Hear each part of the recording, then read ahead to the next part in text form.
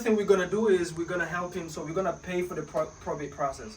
But most people don't understand when sellers inherit the property, there is expenses involved with it. That's why most of them sell, because they're already on their own house or they're renting, whatever. So you have to pay to go through the probate process. You gotta pay an attorney. The attorney already replied to me, guys.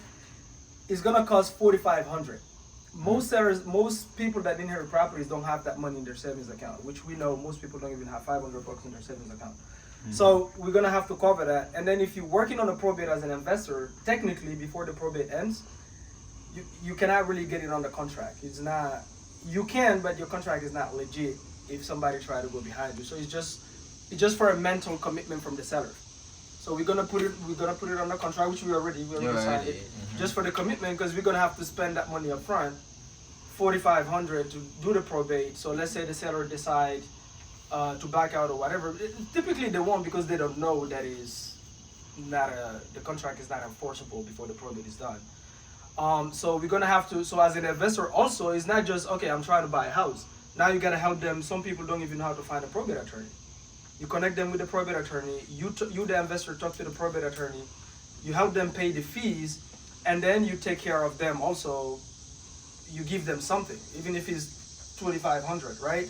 My first ever fix and flip was a story like that, with an old lady, been taking care of the husband 17 years, driven in bed, literally in bed. She, like, the property, her best friend was next door. She couldn't even go say hi to her best friend all this time. He was ex-military, right?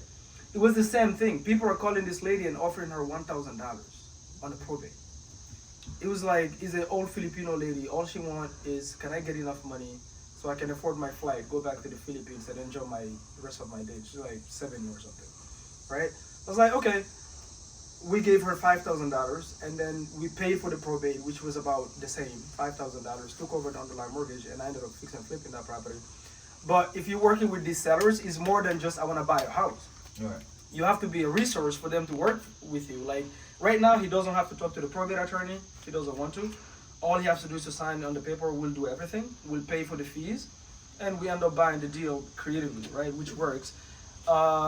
This is a very specific scenario though, because most probates involve multiple people. So sometimes you have to deal with a lot of people. So it's a lot of personalities. The sibling want this, the other one want that. So if it's only one person, it's way easier to do creative. But if it's multiple, it's way harder, because there's always one that will fuck up your deal. There's always one, I want the money now, or I want 20 grand, or I want 40 grand. So it's more complicated when there's a lot of people. It doesn't mean it doesn't work. It still works, but that's where these people are missing out. Is they're not being a resource. Is they sending direct mail, calling people saying this is my offer, and they probably don't know creative. So anyway, so, and that's another thing also about having.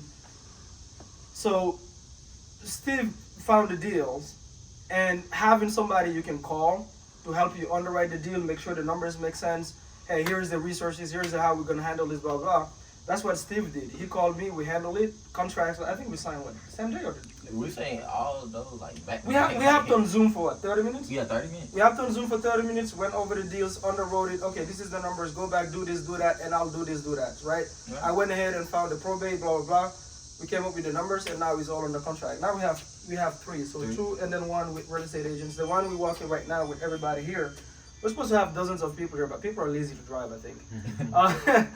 But guys, it's just, number one is the action, but most importantly, if you can become a resource, you're gonna get deals. That's where people miss out. Even when you call real estate agents, is people don't understand you have to become both a coach and an investor. It's like they've never heard the creative. You might have to talk to them 7 times for them to even be open to listen to you. So that 7-time follow-up, that's where people are like, oh, I give up, right?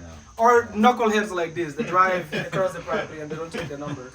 But yeah, guys, so number one, take action. Number two, get accountability partners, right? Like everybody here have accountability now. They show up on the Saturday Zooms, not the Saturday Zooms, Saturday physical training in Atlanta. But I used to do this like on Zoom, like every Wednesday I used to do the same thing we're doing every Saturday. And I think the physical one is better, right? Yes, a lot of it. Okay.